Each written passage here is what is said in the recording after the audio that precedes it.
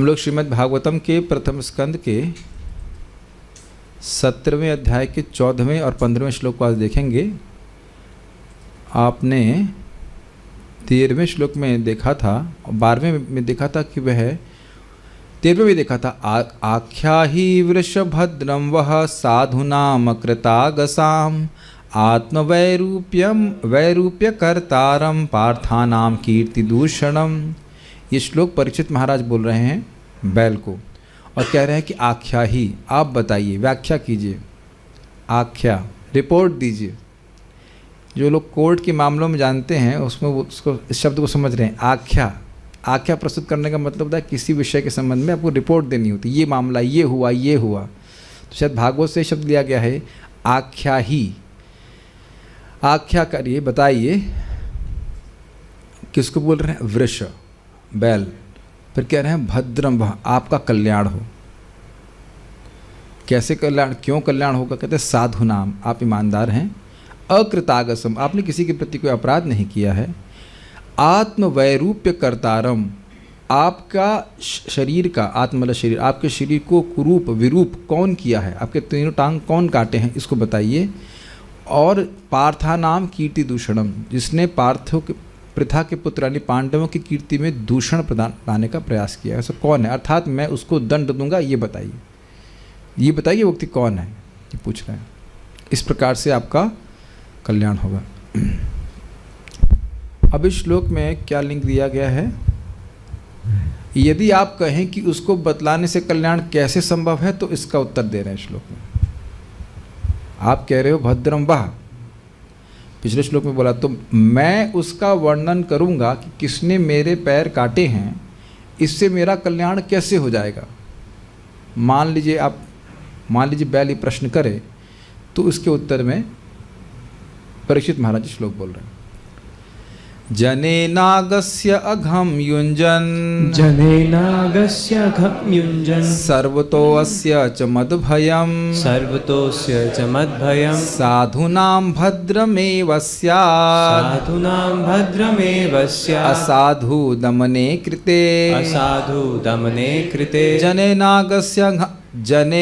जनेनागस्य घम युञ्जन् सर्वतो अस्य च मद्भयम् साधूनां भद्रमेव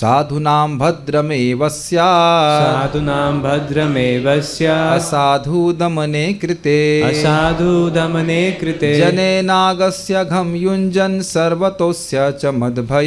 जनेनागस्य घम युञ्जन् सर्वतोस्य च मद्भयम् साधूनां भद्रमेव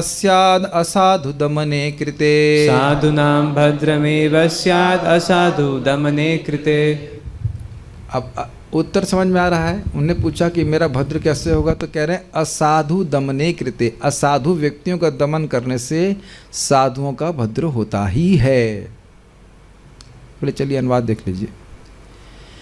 निरपराध जीवों को जो कोई भी कष्ट पहुंचाता है, उसे चाहिए कि विश्व में जहां कहीं भी हो मुझसे डरे।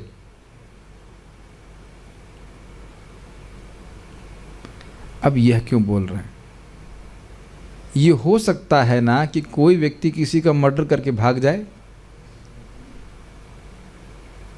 और वो जिंदगी भर पकड़ में नहीं आए, संभव है ऐसा? तो उसको दंड प्राप्त नहीं हुआ ना। और क्या जिसने यहाँ इधर मर्डर किया है, गलत कार्य किया है, वो वहाँ दूसरे जाके जा करके क्या वो दानशाला खोल देगा, अन्न क्षेत्र खोलेगा, वो वहाँ भी जाके गड़बड़ कर रहा होगा। कुछ समझ रहे हैं? बहुत इजी है समझ, रिलेट कर पाना। तो बैल की स्थिति जो किया अभी, हो सकता है वो भाग गया हो कहीं। समझ में आ रहा है? बिल्कुल मैं समझता हूँ कलयुग में रहने वाला जीव बिल्कुल रिलेट कर सकता है इस बात से। अभी हम नाम भी बोल देंगे किसकी बात कर रहे हैं। तो वो कहीं और भाग जाए और कोई उसको संरक्षण दे दे। यस, लेकिन यहाँ क्या कह रहे हैं? ऐसा मत सोचिए, मेरा सामर्थ्य है कि इस जगत में वो कहीं पे भी जाएगा, वो मुझसे भय ही प्राप्त करेगा, उसको संरक्षण कोई नहीं दे पाएगा। किसी, ऐसे बोलते ना, किसी के बाप की दम नहीं किसी के बाप की दम नहीं है कि ऐसे व्यक्ति को जो निरपराध लोगों को कष्ट पहुंचाता है, उसको मेरी दंड से संरक्षण प्रदान कर दें। समझ में आया पहली लाइन? अब आप यहाँ पे देखते नहीं हैं कि भारत में कुछ गड़बड़ किया, स्विट्जरलैंड में जाकर लैंड करके वहाँ पूरी ज़िंदगी काट दी, है कि नहीं। यहाँ आता वहाँ बम फोड़ के गए, आप जानते हैं किसकी बात हो रही है, और पाकिस्तान नहीं आओ नाम होगा कहीं और चले गए, उसके बाद अपना रह रहे आराम से ज़िंदगी में बिता रहे हैं। होता है ना, उसको कहते हैं एसाइलम बोलते हैं, एसाइलम शरण दे देता है। इधर कोई व्यक्ति इस देश में गड़बड़ किया है और दूसरे देश उसको शरण दे देता है, तो उसको निर्भय होकर जीता है कि नहीं जीता। और यहाँ भी आप देख रहे हैं, देश में ही देख लीजिए ना, कोई गुंडा है गड़बड़ कर दिया, किसी मंत्री का संरक्षण प्राप्त हो गया, तो उसी जगह जहाँ गड़बड़ किया वहीं पे आराम से खोला छूटता है। ठीक है, तो कह रहे हैं कि वो कहीं पे भी जाएगा वो मुझसे डरेगा।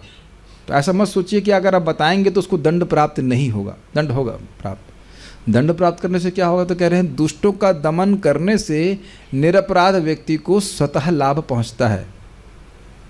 ये आप मानते हैं? अब आप देख ही रहे हैं, वो जो बॉम्बे में बम ब्लास्ट हुए थे, तो जहाँ पे ट्रेन में बम ब्लास्ट किए गए थे, बहुत के सन 1999 की बात, मुझे डेट्स नहीं पता, 96 में, आई डोंट नो, जब भी हुए थे शायद। तो उन लोगों ने जो बेचारे मरे उसमें, उनका क्या दोष था? कोई दोष था? या वो जो कहाँ पे इधर बॉम्बे में होटल में, ताज होटल में था, उनका मतलब वैसे तो वहाँ से पाप करते हैं, ऐसी बात नहीं है, लेकिन ऐसे तो कोई बम नहीं फोड़ा, उनका तो कोई आपस में दुश्मनी नहीं थी ना। तो निरपराध लोगों को लोग कष्ट पहुँचाते हैं, ये आप देख रहे हैं कि नहीं देख रहे? तो उन लोगों का दलन करने से, दमन करने से निरपराध लोग शांति से जीते हैं कि नहीं जीते हैं? दूसरे माइक ऑफ रखेगा, एक सीटी क्यों पड़ रहा है? तो इस समाज में कोई व्यक्ति कहे, यूटोपियन स्टेट होता है ना, सब लोग सुख से रहेंगे, सब शांति से रहेंगे, भाई भाई, ऐसा होने वाला नहीं है। स्पेशली भौतिक जगत में तो कभी नहीं हो सकता, वैकुंठ में तो सब रह ही रहे, लेकिन भौतिक जगत में नहीं हो सकता। इसलिए आवश्यक है कि राजा या जो राज्य करने वाला शासन है वो बहुत कठोर तरह से कार्य करे ऐसे लोगों के प्रति जो निरपराधिक लोगों पे परेशान करते हैं। और आप देख रहे हैं कलयुग में इसकी मात्रा बहुत बढ़ गई है। जो अच्छे लोग हैं उनको परेशान करने वाले बहुत लोग बढ़ गए। क्यों बढ़ गए? क्योंकि राज्य जो है कठोरता से शासन नहीं करता है, ये बात। तो आप समझ में आ गए क्यों, कैसे उनका भद्र होगा। वो व्यक्ति कहीं पे भी हो उसका दमन करने में परीक्षित महाराज समर्थ हैं, और खराब लोगों का दमन करने से साधुओं का कल्याण हो ही जाता है। क्या ये आप बहुत बार नहीं देखें भगवान श्री राम की लीला में? भगवान श्री राम को विश्वामित्र जी क्यों लेके गए थे? राक्षस लोग उनको यज्ञ नहीं करने देते थे। यज्ञ करने से राक्षसों को क्या दिक्कत है? दिक्कत कुछ नहीं है। गुंडों को दिक्कत इसी बात की है कि हाथ में कुछ खुजली होती है। आपने देखा है कोई लड़का जा रहा होगा, ए किधर जा रहा, इधर आ, इधर आ, दो ताच मार दें, चल करते कि नहीं? है तो ना, आजकल तो शायद कम हो गया, लेकिन मैंने ऐसा सुना है कि ऐसा करते हैं। बुलाएंगे, दो चाटे मार देंगे, तो जाओ यहाँ से। कहने का मतलब तुमको दो चाटे मार दिए, कोई कुछ करते करो, कौन क्या कर सकता है। ये गुंडा जो परंपरा है, ये परंपरा चल रही है। 5000 साल पहले बणासुर को शिव जी ने आशीर्वाद दिया 1000 हाथ के। 1000 हाथ ना कि 500? 1000 था। हाँ सहस्त्र 1000। उसके बाद शिव जी से बोलता है कि आपने हाथ दे दिए हैं लेकिन कुछ काम नहीं हो पा रहा इससे। अब मुझसे कोई युद्ध करने लायक तो है नहीं, तो मैं पहाड़ फोड़ता रहता हूँ, पेड़ उखाड़ता रहता हूँ, ऐसे बोलता है। तो शिव जी कहते हैं, मूर्ख, बहुत जल्दी ही ते व्यक्ति आएगा जो तुम्हारे सारे हाथों को काट डालेगा। अब यह सुन करके बणासुर बड़ा प्रसन्न होता है। ये अद्भुत बात है। कोई व्यक्ति कहे कि भाई आप बहुत धनी हो गए हैं, बस कुछ ही समय में डकैत आएंगे, आपके पैसे ले जाएंगे, तो आप सुखी तो ना होंगे। वो बड़ा खुश हुआ कि कोई हमसे युद्ध करेगा ऐसे करके। ऐसा बताते हैं कि वह, जहाँ तक मुझे स्मरण सुन रहा था, ऐसा लगता है कि शिव जी मजाक कर रहे हैं उस दिन, इसलिए भी खुश हो रहा था। लेकिन मैं अब एकदम स्मृति से बोल रहा हूँ, हो सकता है मुझ मिस्टेक हो। नहीं, क्षमा कीजिएगा, ये नहीं। रावण था ऐसा, रावण ने ब्रह्मा जी से वरदान मांगा, बड़ा सुने थे कि इससे मृत्यु ना हो, उससे मृत्यु ना हो, ऐसे करके। और वह पंडित था, वो अपनी कुंडली देखा था कि तुम्हारी मृत्यु मानव से होगी, तो हंसने लगा। अरे मानव मारेगा क्या? इसलिए बोले ही नहीं कि मानव से मृत्यु ना हो। तो वो बात थोड़ी मिक्सअप हो गई। लेकिन बणासुर जो है इस प्रकार से था, वो गुंडा, और रावण भी बहुत बड़ा गुंडा था। तो रावण का दमन करने से बहुत लोगों को सुख मिला कि नहीं? मरीचि को भगवान ने मारा, फायदा हुआ कि नहीं? और कौन सा खड़ग बाहु था कोई, क्या खरदूषण भी थे। वैसे कुछ कुछ ठीक थे, लेकिन थे वो असुर ही, और 14,000 असुरों को भगवान ने मारा ना। Is it not? पूरी मतलब उनका जो अनुगत्य में उनका जो परंपरा थी, संप्रदाय, खरदूषण संप्रदाय, उसको सब समाप्त कर दिया भगवान ने। तो ये बड़ा स्पष्ट है, ये क्षत्रियों ने किया ही है, भगवान करते ही हैं, और इस प्रकार भगवान भी करते, क्षत्रिय लोग करते। परित्राय साधूनाम विनाशाय च दुष्कृताम। इसी अनागसी निरपराध जने, जीवों को अघम युंजन, जो कोई भी कष्ट पहुंचाता। युंजन का मतलब होता है जोड़ना, तो यहाँ पे अगम समानता, अगम का अर्थ होता है पाप, लेकिन यहाँ बोल रहे हैं अगम का अर्थ है कष्ट पहुँचाता है। अस्य च, ऐसे अपराधियों को मद भयम, मेरा भय सर्वतो भवतु, सर्वत्र हो, ऐसा कोई स्थान नहीं है जहाँ वो मुझसे बच सकें। ये बात वह है एक क्षत्रिय के आवेश में, मतलब बड़ा आवेश ही नहीं, इनकी शक्ति भी इस प्रकार की थी। देखिए आपको आसान लग रहा है कि आप सब लोग जान रहे हैं कि नहीं कितने अपराधी ऐसे हैं जिनको सरकार कुछ नहीं कर सकती है, क्योंकि दूसरे देश में जाके रह रहे हैं। लेकिन आप जानते हैं जैसे कि वो हम उसामा बिन लादेन के बारे में सुनते हैं, वो छुप गए थे पाकिस्तान में, अमेरिका के लोग पता नहीं कहाँ से आकर के उनको मतलब वध कर दिए। तो ये वैसे उदाहरण भी हैं, मतलब जो स्ट्रांग आर्मी है वो कर सकती है। नहीं, अभी आप हम और कुछ नहीं बोलेंगे तो पॉलिटिकल बातें हो जाएंगी, लेकिन आप देख सकते हैं ईरान में भी इसी प्रकार की घटना हुई थी। हाँ मतलब देखिए यहाँ पे स्ट्राइक कर रहे हैं, लेकिन उस तरह की क्षमता नहीं कि सामने वाला प्रत्युत्तर ही न दे पाए। यहाँ तो एक प्रकार के मतलब अटैक छुप करके 4 बजे 5 बजे जो भी कैसे करके अटैक कर रहे हैं, इस फिर भी आमने सामने की लड़ाई नहीं हुई है। परीक्षित महाराज की इतनी क्षमता थी कि अब वो कह दे कि इसको दंड देना है, तो अब कोई दूसरा कोई कह सकता कि मैं इसे बचा लूँगा, ये कहने का आशय है। इसीलिए कह रहे हैं सर्वत्र, किसी भी कारण से उसके भय का निवारण नहीं होगा, ये कहने का अर्थ है।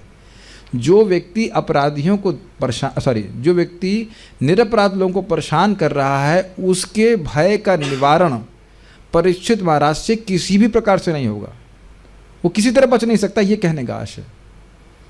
ठीक है, विश्वास कीजिए, ऐसा कह रहे हैं, विश्वास कीजिए कि मैं समर्थ हूँ और ढूंढ करके भी निकालूंगा। हो सकता हो कि वो बच गया हो। देखिए बहुत सारे कारण हैं। एक कारण है कि हो सकता है परीक्षित महाराज ही मर जाए, नहीं दे पाए। एक कारण ये हो सकता है कि ढूंढ ही ना पाए। ठीक है, किसी ने संरक्षण नहीं दिया है, लेकिन जाकर गुफा में छुप जाए, क्या ये संभावना है कि नहीं? ये भी संभावना है। लेकिन ना, परीक्षित महाराज कह रहे हैं कि ऐसा कोई काल नहीं, ऐसा कोई देश नहीं कि मैं उसे ढूंढ ना निकाल पाऊँ। आप बताइए नाम, हम उसको पकड़ते हैं। ठीक है, ये ध्यान देना होगा कि आप ये सब ध्यान देते नहीं आप लोग, या पता नहीं होगा कि राजाओं के पास न सिर्फ बाहुबल हुआ करता था, अपितु दिव्य शक्तियाँ भी होती थी। ये पता है आपको बात? एक छोटा सा उदाहरण आपको दूंगा। 10वें स्कंद के 89 चैप्टर में ब्राह्मण का एक बच्चा मर जाता था बार बार। तो एक समय अर्जुन भी थे, तो जब वो कहे कि नहीं इस बार आप संतान उत्पन्न कीजिए, मैं वासुदेव कृष्ण नहीं हूँ, मैं ये हूँ, मैं वो हूँ, ऐसे करके बोले मैं गांडीवधारी अर्जुन हूँ, मैं रक्षा करूँगा। फिर 1 साल के बाद वहाँ पे रुकते हैं। उसके बाद जब उनका संतान होती फिर मर जाता है, तो उस संतान को ढूंढने के लिए अर्जुन ब्रह्मलोक तक छान देते हैं। ये बात आपको विश्वास है कि भागवत सही है? कोई डाउट तो नहीं है? अब आप ये बताइए कि अपना बच्चा पृथ्वी में छानने में कितनी डोंट टेक पर्सनली, पृथ्वी में छानने में दिक्कत होती है कि नहीं? कितने लोगों की सहायता लेते हैं हम, पुलिस की सहायता लेते हैं, ये लेते वो लेते हैं। खुद ही छानने की क्षमता है हमारे पास? केवल पृथ्वी लोग, और चलिए पृथ्वी लोग छोड़ दीजिए, केवल भारत में पता है कि बच्चा भारत में है या पाकिस्तान में है या चाइना में है। What an amazing thing, China China, और उसके बाद रशिया। मान लीजिए आपका बच्चा रशिया में कहीं है, तो कैसे ढूंढेंगे बताइए? हाँ, ये भी कह रहे हैं कि मान लीजिए किसी द्वीप में पटक दिया, तब भी नहीं पकड़ पाएंगे। हम केवल एक की बात कर रहे हैं, वो पूरा पृथ्वी लोग छान दिए, पूरा स्वर्ग लोग छान दिए, वरुण लोग सारे नीचे ऊपर सब छान दिए, और छानने में टाइम नहीं लगा,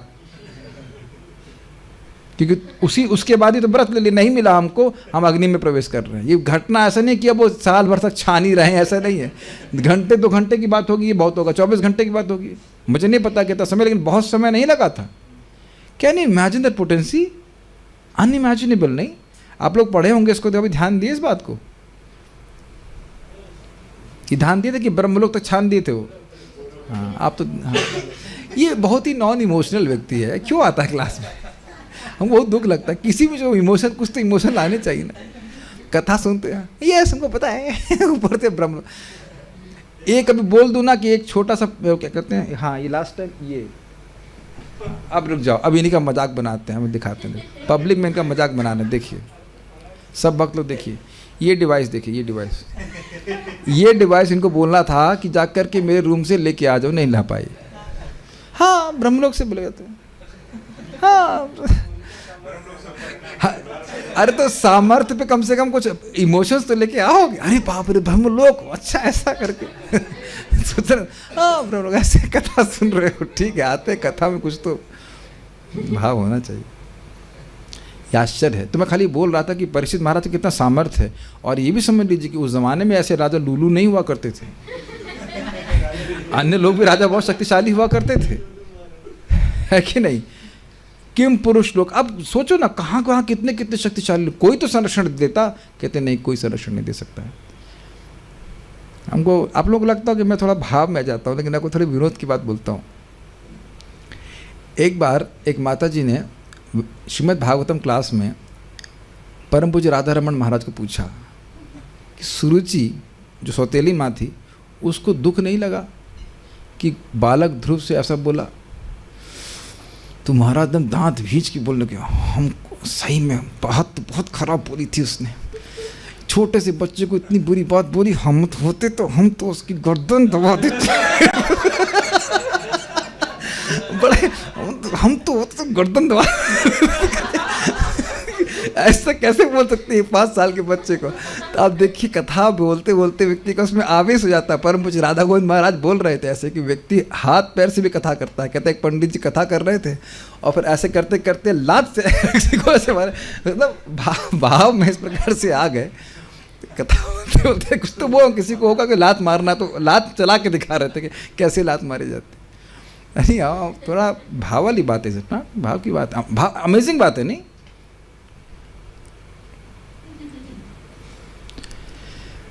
तो ये बात समझ में, सर्वत्र भय हो मतलब किसी काल से भी किसी भी कारण से उसके भय का निवारण नहीं हो सकता, बचने वाला नहीं है, ये कहा जाता है। हाँ आपकी नहीं आपकी तरफ आपने जो गड़बड़ की है उसका वो है क्या कहते हैं उसको, नहीं उसका निवारण ये है कि आप कच्ची भिंडी लेके आएंगे कल सब्जी खरीदते समय।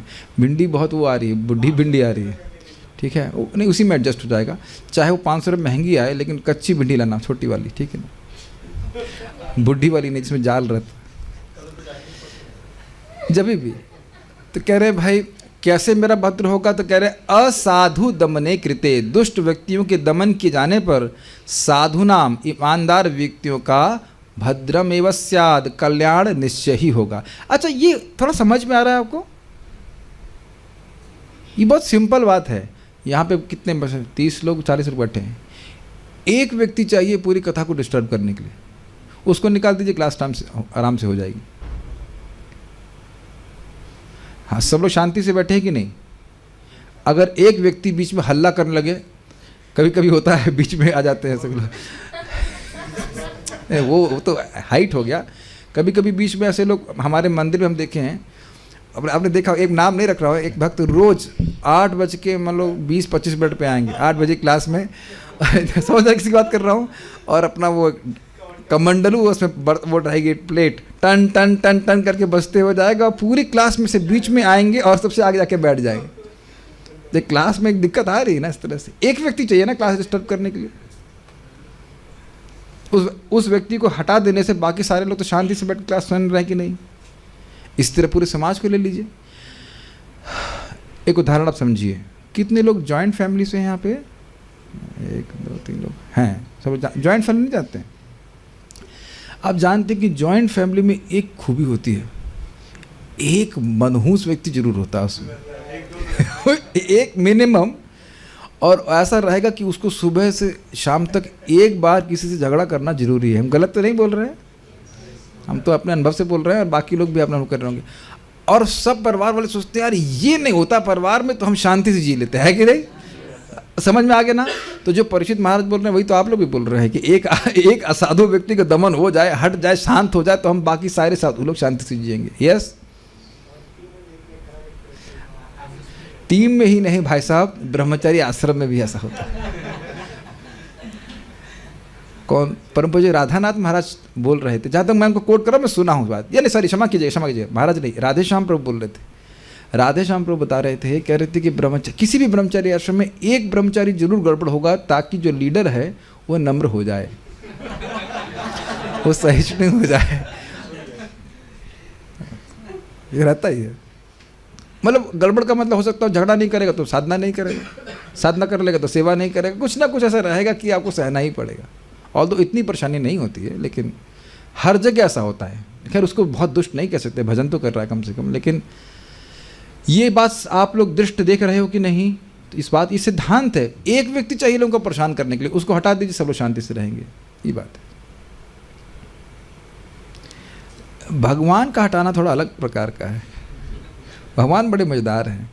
भगवान किसी गुंडे को देखते हैं तो क्या बोलते हैं, ऐ तुम यहाँ बहुत डिस्टर्ब करो, चलो तुम्हारे फ्लैट बना है गोलोक में, जाओ वहाँ पे रखो। ये बहुत मज़ेदार बात है। पूतना को मारा, पहली गुंडी पूतना को मारे, उसके बाद उसके भाई का नाम क्या था, गुड ब्रदर बकासुर, कितना शरीफ आदमी बताइए। उसको मार दिया है कि नहीं। और उनका भी एक और भाई था मूर्तिमान धर्म अघासुर, उसको भी मार दिया। यही ब्रह्मा जी कह रहे हैं कि पूतनापि सकुला, पूरे पूतना के पूरे कुल को तो आप अपना बना ली हैं, उनको दे दी, तो आपके ब्रजवासी के लिए क्या बचेंगे? आप कुछ तो देने के लिए बचेगा नहीं। पूतना को जब माँ बना लिया तो बाकी ब्रजवासी को क्या देंगे? तो कृष्ण बड़े कृपालु हैं। लेकिन भगवान भी ये कार्य करते हैं। जने अनागस्य अंगम युंजन, जो निरपराध लोगों को कष्ट पहुंचाता है, सर्वतो अस्य च मद भयम, ऐसे अपराधी को मुझसे हर जगह, हर परिस्थिति में, हर काल में भय होगा। साधुनाम भद्रमेव स्यात्, साधु लोगों का भद्र होता ही है। कैसे? असाधु दमने कृते, असाधु व्यक्तियों का दमन करने से। ठीक है श्रीधरी, यदि आप कहें कि उसको बतलाने से कल्याण कैसे संभव है, अगर मैं उसका नाम बताता हूं तो कैसे मेरा कल्याण हो जाएगा? तो इसका उत्तर है कि जो कोई भी निरपराध को इस तरह से पीड़ित करता है जैसे इसने आपको किया है, इस तरह के लोगों को मुझसे सदा भयभीत रहना चाहिए। इस तरह से दुष्टों का दमन करने से साधु पुरुषों का कल्याण होता ही है, इसमें कोई संदेह नहीं है। सारार्थ दर्शनी, आपके मुझे बताने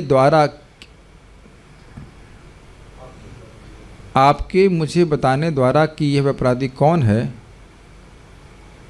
नहीं ऐसे होना चाहिए, थोड़ी हिंदी ठीक नहीं है।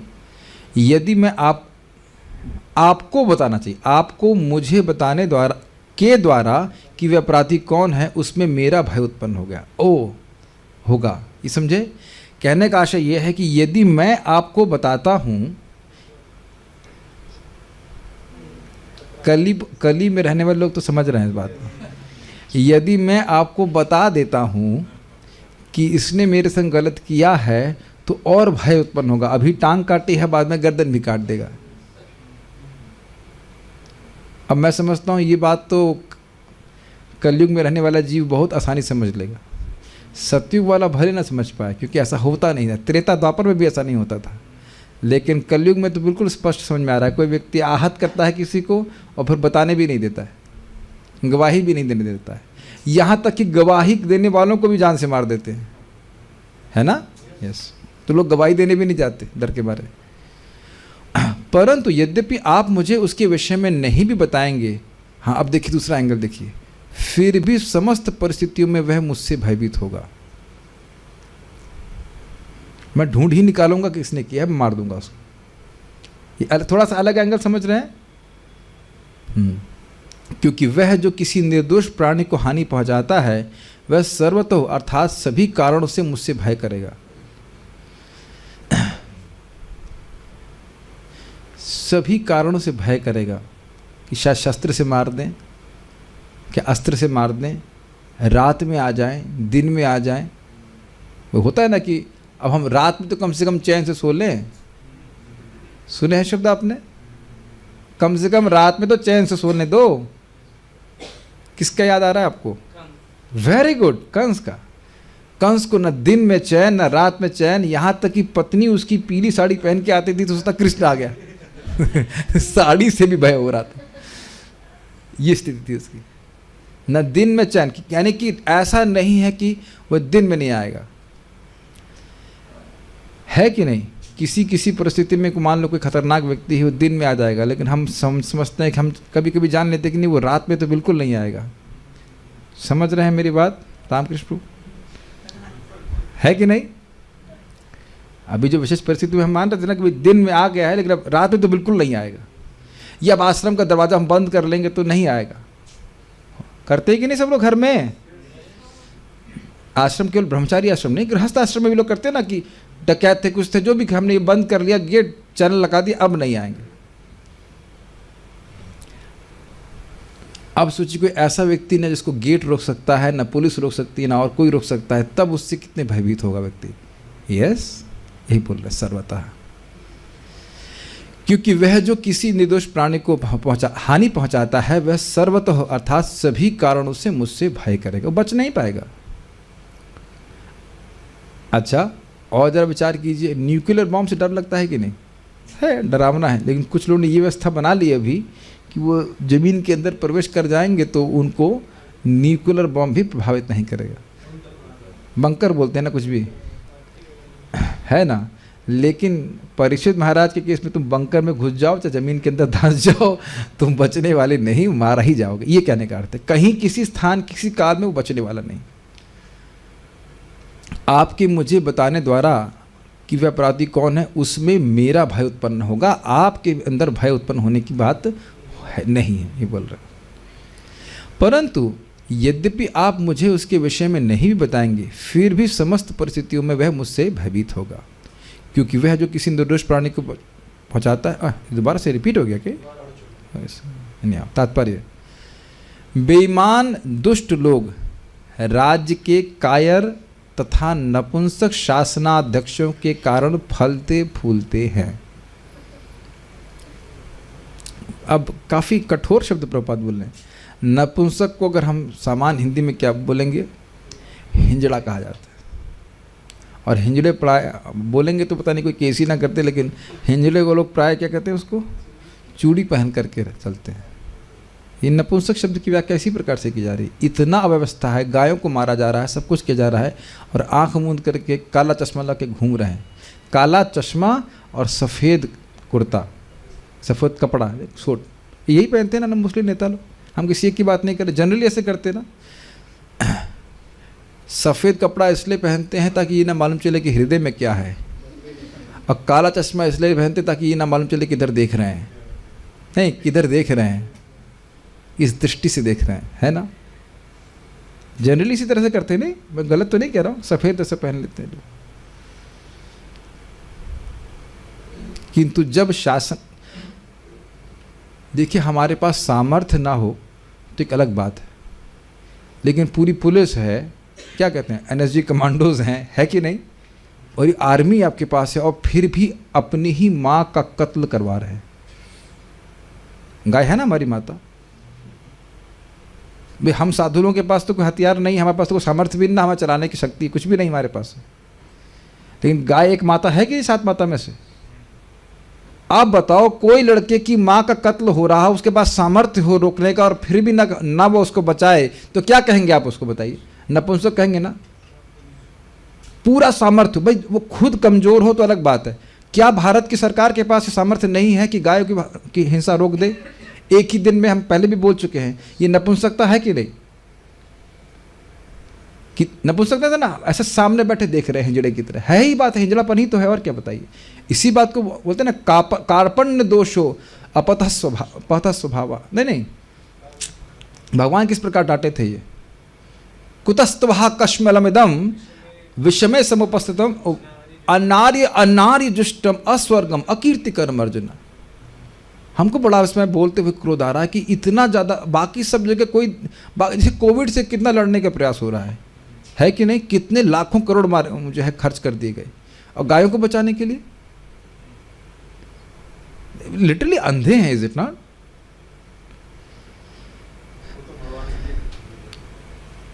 किंतु जब शासनाध्यक्ष राज्य के किसी भी कोने के सभी प्रकार के बेईमान दुष्टों का दमन करने में समर्थ होते हैं तो वे पनप नहीं पाते हैं।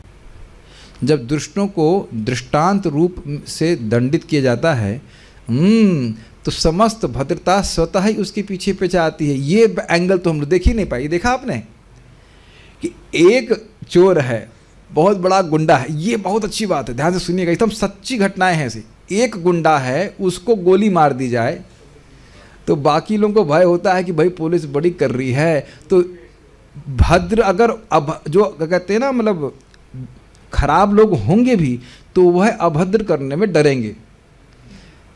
बड़ा सुंदर एंगल शिल प्रभुपाद दे दिया है। मान लो 100 गुंडे हैं तो 100 को मारने की जरूरत नहीं है, एक को मार के टांग दिया जाए सीधे। सऊदी अरब में इसी प्रकार से करते हैं। हाँ, बता रहे हैं यूपी में 1000 एनकाउंटर हुए हैं। 1000 से अधिक एनकाउंटर हुए हैं तो थोड़ा सा लोग शांत हैं कि भैया पुलिस जो है। और हम वैसे एक बात मैं आपको सही बताऊं, मैं इस बात का बहुत क्या कहूँगा उसको समर्थन अनुमोदन करूँगा कि इस समय पुलिस को आप 108 नंबर पे कॉल करें तो आती है। हम गांव में भी देखे थे, हम लोग कुछ परेशानी में थे, हम लोग कॉल किए थे। ये नहीं कि आप कोई बहुत बड़े पदाधिकारी हों तभी आएंगे, कॉल करेंगे आते हैं। ये बहुत मेरे लिए तो लाइक मुझे तो विश्वास भी नहीं था कि ऐसा होता है क्या। जब मुझे बताया गया कि 108 डायल करने में पुलिस आती है तो मैं तो आंखों से चकित था, क्योंकि हमारे ज़माने में मतलब जब छोटे थे तो ऐसा कुछ होता ही नहीं था। तो जिसने भी नियम बनाया ये बहुत अच्छी बात है। ऐसा नहीं कि हम केवल निंदा कर रहे हैं, अच्छी बात है। और जैसे पुलिस आती है अभी भी लोगों को पुलिस का भय है, सब शांत हो जाते हैं, सब शांत हो जाते हैं। नहीं तो खून खच्चर हो जाए, कुछ भी हो जाए, गुंडेबाजी हो जाए। तो देख रहे हैं कि पुलिस के पास अभी भी सामर्थ्य है कि गुंडे लोग को दबा दें, है कि नहीं। यस, माइक पे बोले, कुछ बोलना चाहते हैं तो माइक दीजिए उनके पास। बहुत अच्छी बात है कि एक गुंडे को टाइट कर दीजिए तो बाकी सारे गुंडे अगर हैं भी तो भी वह अपराध नहीं करेंगे। हाँ, एक मेरा दोस्त आर्मी में था, पहले लोग पत्थर मारते थे ना, मतलब पुरानी सरकार में आर्मी के ऊपर। तभी जो सरकार आई इसने तो पूरी छूट दे रखी आर्मी को। तो उन्होंने क्या किया, एक लड़के को पकड़ा, उसको जीप के आगे बांध के घुमाया, मारो पत्थर। मतलब उसमें से पत्थर वाले को उठा लिया और उसके आगे जीप के आगे बांध दिया, वो घूमते रही गाड़ी, मारो पत्थर। अब कोई मार ही नहीं रहा क्योंकि अपने आदमी पे लगेगा। देखिए उदाहरण है ना ये। ऐसा वैसे लोकोक्ति कैसे कुछ कहते थे कि एक बंदर को मार के टांग दीजिए तो आगे सारे बंदर शांत हो जाते हैं, उस स्थान में आते नहीं। ऑल्दो हम वृंदावन में ऐसा कभी नहीं करते लेकिन एक बोलने की बात शैली है, बस बोलने की शैली, ऐसा नहीं करना चाहिए। लेकिन बंदर इतना परेशान नहीं करता है जितना कि लोग परेशान करते हैं। वैसे महाराज बड़ा सुंदर बोलते हैं, ये बताओ इस ज़िंदगी में तुमको इंसानों से दुख मिला है कि जानवरों से, है कि नहीं।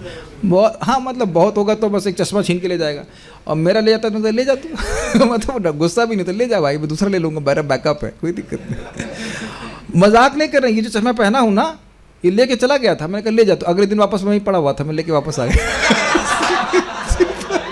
कहीं साधु उसके बाद कुछ नहीं देने के लिए सही में मजाक नहीं कर रहा, इसमें हम निशान देखेंगे मुझे दुख लगता है, वो भी तो बताए ब्रजवासी हैं, उनको खाने को नहीं दे रहे हम, तो बेचारे तभी तो गुंडे बन रहे हैं। लेकिन सरकार में तो है कि नहीं, लेकिन इस प्रकार से तो परेशान नहीं कर रहे हैं ना, जैसे कि यहाँ पे लोग कर रहे हैं आजकल। तो ये अच्छी बात है, कुछ अच्छी डेवलपमेंट्स भी हैं। जैसा पहले कहा जा चुका है, यह राजा या प्रशासक का मुख्य कर्तव्य है कि वह शांत निरपराध प्रजा को सभी प्रकार से सुरक्षा प्रदान करे। कौन सा स्थान है जहाँ पे माता जी लोग रात के 12 बजे तक भी निर्भय होकर घूम सकते हैं? मुझे याद नहीं आ रहा, कोई चंडीगढ़ में भी ऐसा है इस प्रकार से, गुजरात में भी इस प्रकार से। घूमना चाहिए नहीं, लेकिन कहने का अर्थ यह है कि निर्भयता का इस प्रकार का शासन है कि लोग नहीं करते। ऐसा है गुजरात में भी, ठीक है, मुंबई में ऐसा है। तो अब ऐसा कैसे है, जहाँ पे भी है तो ऐसा कैसे है? जिसने गड़बड़ की पुलिस उसका कहा जाए तो बैंड बजा देगी।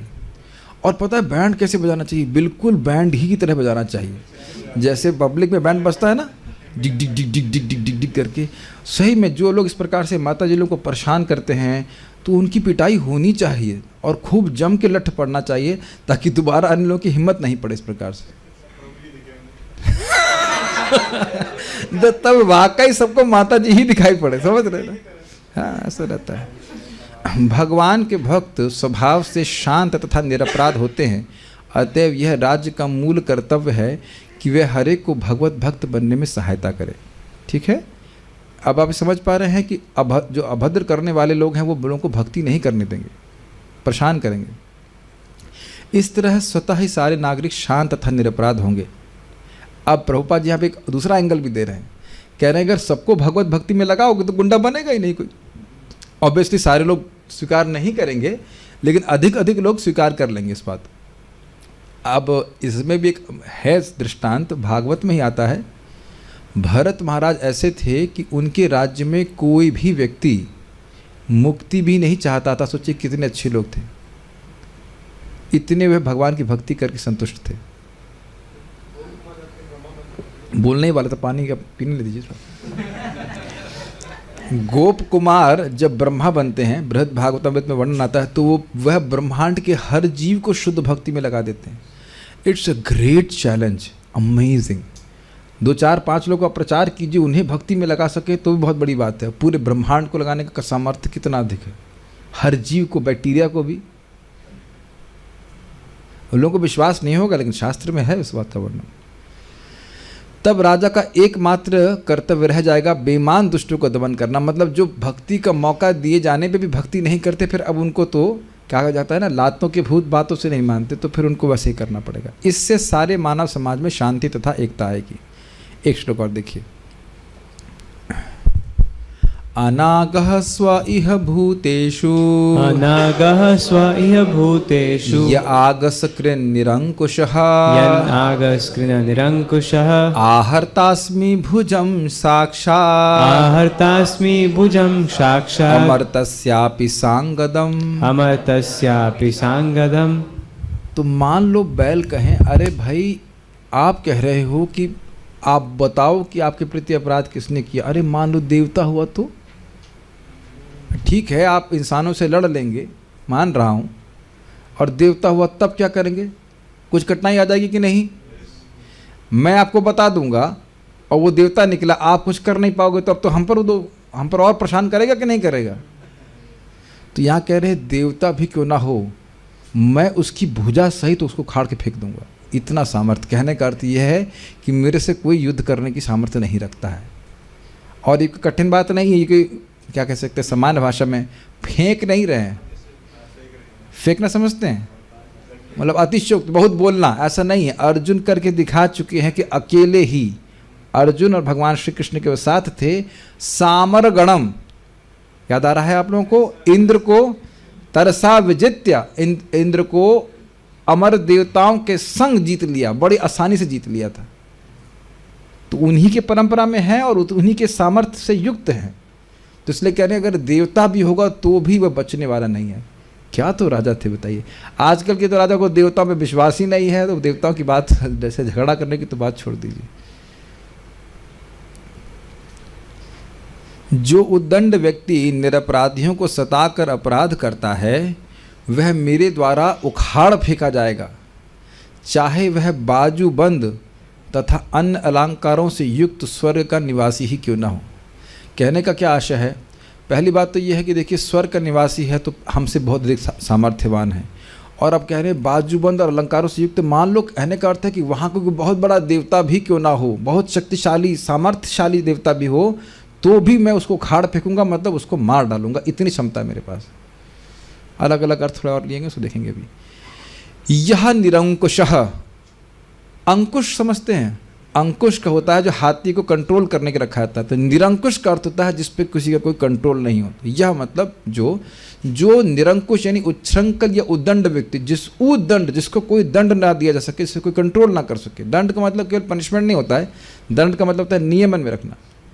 जैसे वाणी को दंड देना, तो इसका मतलब नहीं जीभ उखाड़ लेना, वाणी को दंड देने का मतलब है वाणी को संयमित रखना। तो कह रहे उद्दंड, उच्छृंखल व्यक्ति, अर्थात जिस पे कोई अंकुश नहीं लगा रहा, जो चाहे वो करे। कोई याद आ रहा है कृष्ण लीला में आपको इस प्रकार का व्यक्ति?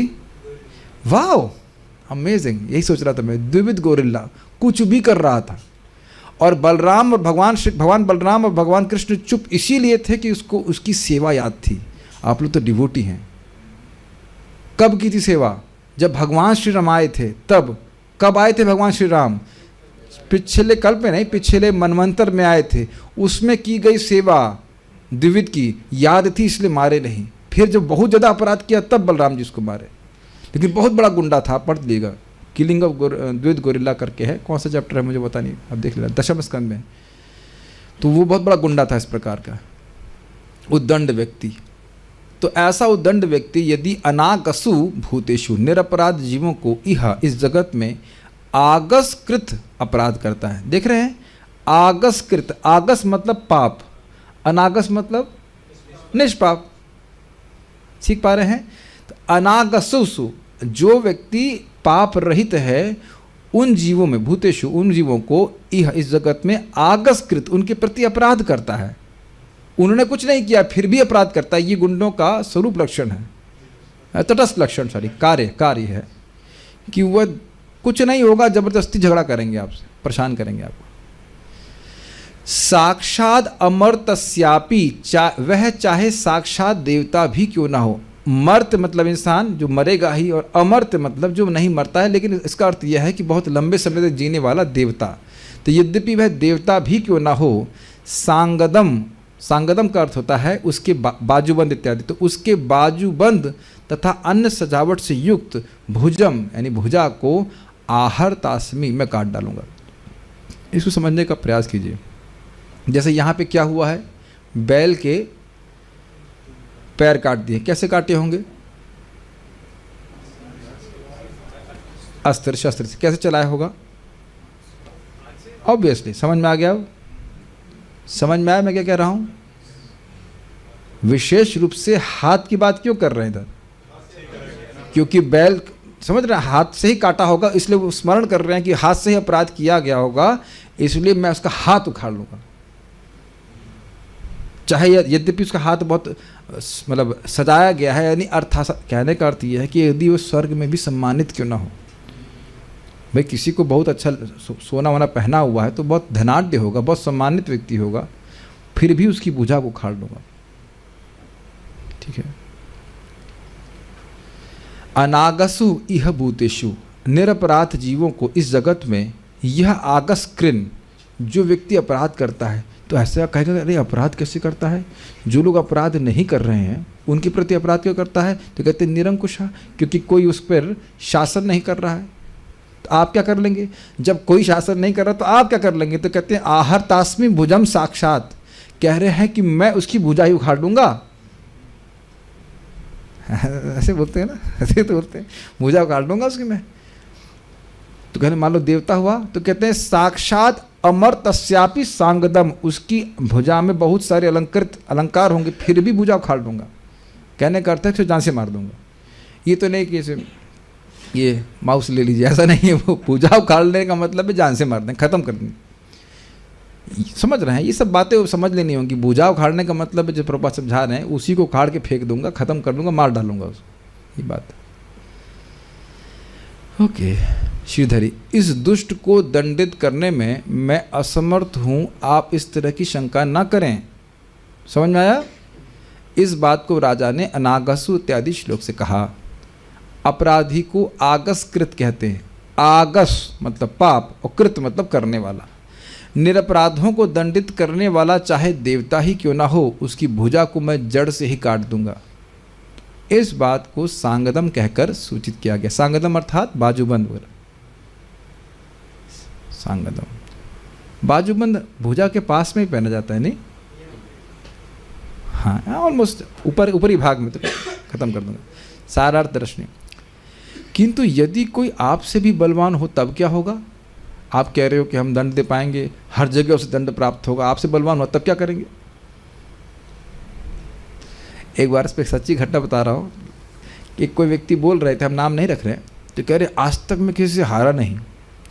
लेकिन एक बार ऐसा कुछ हुआ था कि कोई व्यक्ति, वो अपने ही एक रिश्तेदार की बात बोल रहे थे, वो किसी से झगड़ा ले लिए, और वो व्यक्ति मतलब ए और बी रिश्तेदार हैं, और बी ने सी से झगड़ा कर लिया, और सी ए से 1.5 गुना ज़्यादा शक्तिशाली था।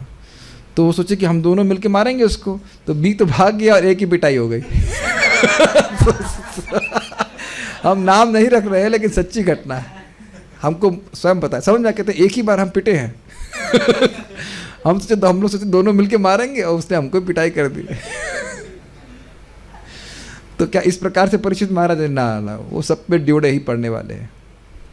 यदि यह प्रश्न हो तो महाराज परीक्षित कहते हैं कि यद्यपि वह व्यक्ति देवता भी होगा तब भी मैं उसकी भुजाओं को सांगदम अर्थात बाजूबंदों सहित मुँह से काट दूंगा। कहने का आशय यह है कि वस्तुतः मानवों, देवताओं तथा असुरों के मध्य ऐसा कोई व्यक्ति नहीं है जो मेरे समान बलशाली हो। यह भाव है। कितना अद्भुत बात है। प्रभुपाद जी का तात्पर्य देखिएगा कितना सुंदर है। स्वर्ग के निवासी अमर कहलाते हैं क्योंकि उनकी आयु मनुष्यों की अपेक्षा काफ़ी लंबी होती है। जैसे चींटी के अपेक्षा हम लोग बहुत जीते हैं। यस, लेकिन हम देवताओं के अपेक्षा तो चींटी के समान है। बड़ी चिंता होती है इंसानों को, कुछ हो नहीं रहा है, कुछ कर नहीं रहे हैं, जैसा लग रहा है बहुत लंबी आयु कट नहीं रही है। महाराज उसे बहुत अच्छा बोल रहे थे, कह रहे थे कि भाई लोगों को बड़ी चिंता होती, समय नहीं कट रहा है, इसलिए ट्रेन में वो आता है टाइम पास मूंगफली। ऐसा लग रहा है कि जब मूंगफली नहीं खाने से समय रुक गया है, अब मूंगफली को चबाएंगे तो काल आगे बढ़ेगा। सुना आपने, टाइम पास मूंगफली? टाइम पास नहीं हो रहा है, मूंगफली जब खाएंगे उनसी मूंगफली खरीद लेंगे तब होगा। टाइम काट रहा है धीरे धीरे, बल्कि मूंगफली की तरह चबा रहा है सबको। कौन सा श्लोक याद आ रहा है आपको? भगवद गीता 11वां अध्याय याद रहा है? श्लोक भले याद ना रहा हो, लेकिन किस प्रकार से भीष्मम द्रोणम चाह सबको खा रहे भगवान, चबा रहे, मूंगफली की तरह चबा दे रहे। मनुष्य के लिए जिसकी आयु अधिक से अधिक 100 वर्ष होती है, किसी से मिले आप 100 वर्ष के व्यक्ति को? मिले ही होंगे, तो आजकल तो समान बात है। लाखों वर्षों की आयु निश्चय ही अमर लगेगी। हमको उसे हंसी आती है, हमारे भक्त से बोलते हैं प्रभु जी लाइफ इज लॉन्ग। मैं सोचता हूँ हाउ लॉन्ग? पता है, जब मैं स्टूडेंट था 23 साल का रहूँगा, 22-23 साल का, तो हम लोग वहाँ गए थे रायपुर। तो इस्कॉन के एक ब्रह्मचारी मिले हमको ट्रेन में। वो बड़ा अच्छी बात बोले, कहते बस 20 साल तो ऐसे मालूम ही नहीं चलता है, 40 साल में पहुँच जाते हैं और 10-20 साल रहेंगे मर के खत्म। कितना आसान है ब्रह्मचारी रहना।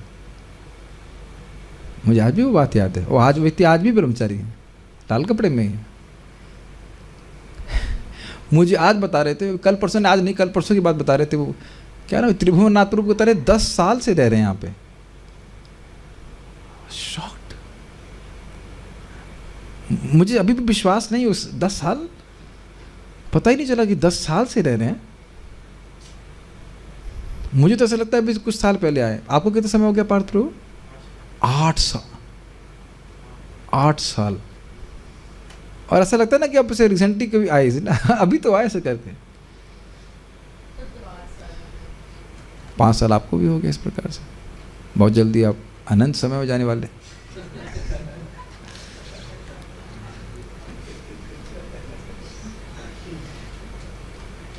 एक बात यहाँ पे आ गई है, बहुत ही गंभीर बात बताऊंगा आपको।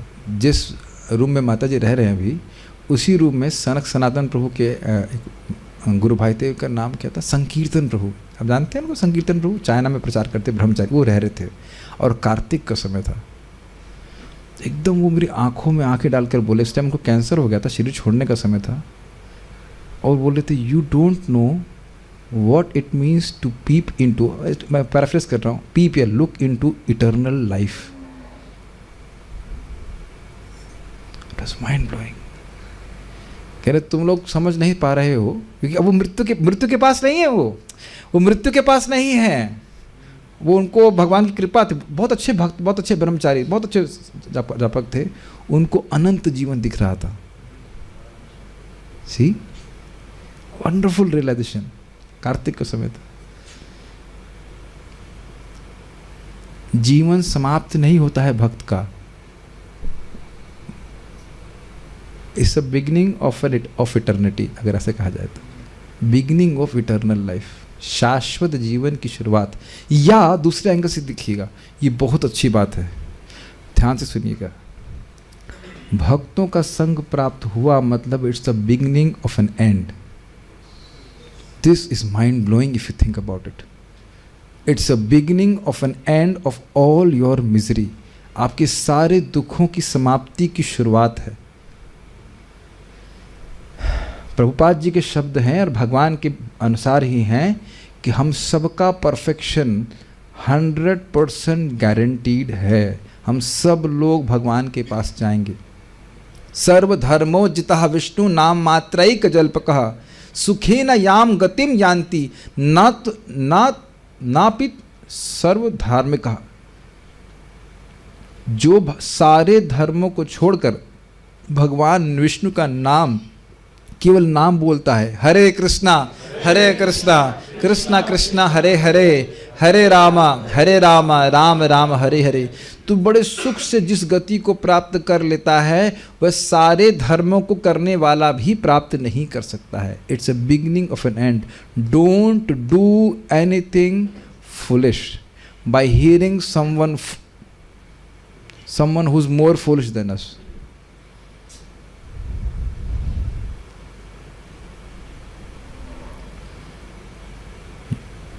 Be brave. Beginning of an end. ये हमारे वचन नहीं है, ये मुचकुंद महाराज के वचन है कि जब किसी जीव के मुक्त होने का समय आता है इस जगत से, तब उसे भगवान के भक्तों का संग प्राप्त होता है, कथा सुनने को मिलता है, भगवान को समझ पाता है। देखिए, अगर आप इस पर थोड़ा सा विचार करेंगे तो हृदय को एकदम एक स्पर्श करने वाले श्लोक हैं। मनन करेंगे और सुन के छोड़ भी सकते हैं, वो भी इच्छा है आपकी तो कर सकते हैं। उदाहरणार्थ भगवत गीता में हमें पता चलता है कि ब्रह्मलोक का एक दिन 4 अरब 30 करोड़ साल के तुल्य है। मुझे लगता है आपने याद कर लिया, तुरंत प्रोसेस तो नहीं किया, अभी याद कर लिया था ना, प्रोसेस कर लिया, वाह ठीक है। इसी प्रकार स्वर्ग के अन्य ग्रहों का एक दिन इस ग्रह के 6 मास के तुल्य होता है और वहाँ के निवासियों की आयु वहाँ के 1 करोड़ वर्ष की होती है। तो आप अपने घर में बाद में जब होमवर्क कर लीजिएगा कितना कितना वर्ष होता है, करते रहिए, कोई दिक्कत नहीं है। हम लोग बहुत कम जी रहे हैं, इतना समझना चाहिए। और हमारी प्रशंसा करते हैं देवता लोग कि इतना छोटे से जीवन में अगर भजन कर ले कृष्ण का तो भगवान के पास चला जाएगा। यही महाराज से मैं पूछा था कि महाराज बोलते हैं इस जगत में कि एक क्षण में भगवान की प्राप्ति है, ऐसे हो जाता है, तो क्षण में तो नहीं लग रहा, 10-20 साल 50 साल लग रहा है। तो महाराज यही बोले थे कि भाई कितने जन्म लग जाते हैं मुक्ति प्राप्त करने के लिए। अगर एक जन्म भजन करके तुमको भगवान की प्राप्ति हो रही है तो एक क्षण ही तो हुआ ना। और ध्यान दीजिएगा, क्योंकि आप मुक्त होने वाले हैं इसीलिए पंगे आपके जीवन में आएंगे। सुनाई पड़ रहा है कुछ? कोई भक्त बता दे कि भक्ति कर रहा है, कोई पंगा नहीं आ रहा जीवन में। पंगा मतलब समझ, कुछ ना कुछ कठिनाई परेशानी आएगी। ऐसे कैसे जाने देंगे जेल से? ऐसे कैसे जाने देंगे? अरे अब जेल में रहे, कुछ करियर बनाए, है कि नहीं? यह तरीका, उसके बाद थोड़ा सेटल हो जाए जेल में। सुनाई पड़ रहा है ना? करियर बनाए, कुछ करे, है कि नहीं? हम छुपा के बोल रहे हैं क्या कहना चाहते, समझ रहे हैं समझदार लोग। कुछ करियर बनाए, जेल है, कम से कम रोटी बांटने वाले इंचार्ज तो बनो, है कि नहीं? स्वाभाविक सी बात। गाय भी बोल रही है, हाँ सही बात है। अतः स्वर्ग लोकों में चूंकि मनुष्य की अपेक्षा उन निवासियों की आयु काफ़ी बड़ी होती है, अतएव कल्पना के आधार पर वहाँ के निवासी अमर कहलाते हैं। यद्यपि भौतिक ब्रह्मांड के भीतर अमर कोई भी नहीं है। प्रमाण कौन है? ब्रह्मा जी स्वयं। हिरण्यकश्यप ने कहा मैं अमर होना चाहता हूँ, तो ब्रह्मा जी के बेटा मैं खुद ही नहीं हूँ, तुमको क्या देंगे? अब थोड़ा इस सारे डिस्कशन पे विचार कीजिए। जो कीड़ा कुछ क्षणों के लिए जीता है, क्या वो कह सकता है कि किसी भी इंसान से मैं डरता नहीं, आ जाए मेरे सामने कोई, उसकी भुजा उखाड़ लूंगा मैं? है ना यार, मक्खियाँ बहुत घूम रही हैं और कोई कहे आ जाए कोई, देखें कौन होता है। यद्यपि वह इंसान भी क्यों ना हो, मनुष्य भी क्यों ना हो, फिर भी हम उसकी भुजा उखाड़ लेंगे तो हम हंसेंगे कि नहीं? क्या मक्खी है, मसल के ख़त्म कर देंगे, है कि नहीं? तो हम हंसेंगे, हंस रहे हैं आप लोग, है कि नहीं? लेकिन देवताओं का ये सामर्थ्य नहीं था। आप लोग स्वर्ग लोक तक मत लिमिट करिए अपने आप को, स्वर्ग तक मत रोकिए अपने आप को। आप शायद स्वर्ग तक ही जा रहे हैं, थोड़ा ऊपर जाइए। कोई ऑब्वियसली ऊपर के लोग कभी पाप नहीं करते, एक संभावना की बात बोल रहा हूँ। ऊपर के लोग सब ऋषि मुनि हैं, वो सब गलत नहीं करते। कहने का अर्थ ये है कि मान लो वह श्रेष्ठ निवासी है तो आप सोचिए उनका कितना अधिक सामर्थ्य होगा ना। हम लोग कुछ आश्चर्य भी नहीं हो रहा ना। अगर अभी देवता आ जाए इंद्र तो क्या करने वाले, और आते ही हैं तो कर क्या पाते हैं, जरा बताओ, आते हैं कि नहीं आते हैं? वो क्या वो बवंडर के रूप में आते हैं कि नहीं? क्या कर लेती सरकार, बताओ क्या कर पाती? कुछ नहीं कर पाती। अभी वो सुनामी के रूप में सब देवता लोग कष्ट दे रहे हैं कि नहीं? क्या कर लिया बताओ सरकार ने? कुछ भी नहीं कर पाएगी। हम इतने सारे लोगों के मर जाने का शोक है, खेद है, इत्यादि इत्यादि, कर तो कुछ नहीं पा रहे ना। और आप आगे सुनेंगे किस प्रकार से पृथु महाराज पृथ्वी माता को ही दंड देने का सामर्थ्य रखते थे। बड़ा सुंदर है, बड़ा सुंदर बात है। पृथ्वी माता अन्न नहीं दे रही तो कह रही तुम मुझको मार दोगे तो रहेंगे कहाँ? तो कहते मैं अपनी शक्ति से, पृथु महाराज कहते मैं अपनी शक्ति से सारे प्रजा को धारण करूंगा, तुमको मार के नहीं खिला दूंगा मैं। आप देखिएगा बड़ा अद्भुत शक्ति, मतलब राजा अवतार अद्भुत शक्ति। आप सोचेंगे सबको कैसे टांगेंगे बताइए? पृथ्वी को मार देंगे तो कहाँ लोग रहेंगे? इनका सामर्थ्य इस प्रकार का था। तो ऐसे राजा हुए हैं, ये कहने का आशय है। महाराज परीक्षित स्वर्ग के ऐसे निवासियों को भी ललकारते हैं। समझ में आ गया प्रभुपाद सब बातें क्यों बता रहे हैं? अमर्त्य की व्याख्या प्रभुपाद ने कितनी सुंदर तरह से करी। यदि वे निरपराधों को कष्ट पहुंचाते हैं तो स्वर्ग का निवासी भी क्यों ना हो। और ऐसा किया गया है। पृथु महाराज का यज्ञ होता है अश्वमेध का, और इंद्र आते हैं छल से गड़बड़ करने के लिए। तो उनका बेटा था, उनका बेटे का नाम था, भूल रहा हूँ अभी, पृथु महाराज के बेटा उनके पीछे लग गया, इंद्र के पीछे, और भाग रहे हैं। नाम भूल रहा हूँ, नाम जो भी था, जो भी राम रहा हो, नहीं जयंत इंद्र के बेटे का नाम है। उनके पीछे भाग रहे थे, वो जान बचाने के लिए भाग रहे हैं इंद्र, पृथु महाराज के बेटे से। ये स्थिति है। और इसी प्रकार से अगर आप जानते हो जनमेजय जब सर्प का यज्ञ कर रहे थे, और क्या नाम था उसका, तक्षक को संरक्षण दिया इंद्र ने, तो ऐसी आहुति इधर मारी कि इंद्र भी नीचे गिर रहे थे उसमें मरने के लिए। कितना बड़ा सामर्थ्य है। देवता को उसमें गिरा दिया, देवता के लिए यज्ञ हो रहा, देवता को सहा कर दिया कर नहीं दिया लेकिन गिर रहे थे इस प्रकार से। तो लोगों ने ऐसा सामर्थ्य प्रस्तुत किया है। तो अगर वह स्वर्ग का वासी भी हो और वो परेशान कर रहा हो तो उसको ललकारने का, दंड देने का सामर्थ्य था उनका, परीक्षित महाराज। इसका अर्थ यह हुआ कि राजा के शासनाध्यक्ष को महाराज परीक्षित के समान सशक्त होना चाहिए, जिससे वह सबसे बलवान अपराधी को भी दंड दे सके। वैसे स्वाभाविक सी बात है कि आजकल के राजा को देवताओं से लड़ने की जरूरत नहीं है। वह अगर उग्रवादियों से या जो खराब लोग हैं उनसे लड़ ले, यही बहुत बड़ी बात है। अरे चलिए, जो हथियार से लैस उनकी छोड़ दीजिए, ये जो काला बाजारी हो रही है उसका, ये दूध की जगह सर्फ बिक रहा है, दिस इज टू मच। सही में लोगों को गोली मार देनी चाहिए ऐसे लोग। बता दीजिए, कोई आप किसी घर जाए कहे क्या है, सर्फ की चाय है सर्फ की चाय है, आप शायद खुद ही गोली मार देंगे उसका, क्या है ये, सर्फ की चाय पिलाओगे हमको तुम? अरे निरमा घोला इसमें एक बढ़िया वाला, पेट साफ कर पहले इस्तेमाल करें फिर विश्वास करें। हाँ सही बात, हद हो गई। कितना बेवकूफ। हमको बहुत क्रोध आता है, मतलब सही में बहुत क्रोध आ रहा है इस समय सोच करके कि देखो जहर पिला रहे। मैं इस पर सोच रहा था कि लौकी को इंजेक्शन ला के बड़ा कर देते हैं, तो बच्चों को भी ऐसे बड़ा कर दीजिए कि नहीं करेंगे ऐसे, हो सकता है आगे जाके करने लग जाए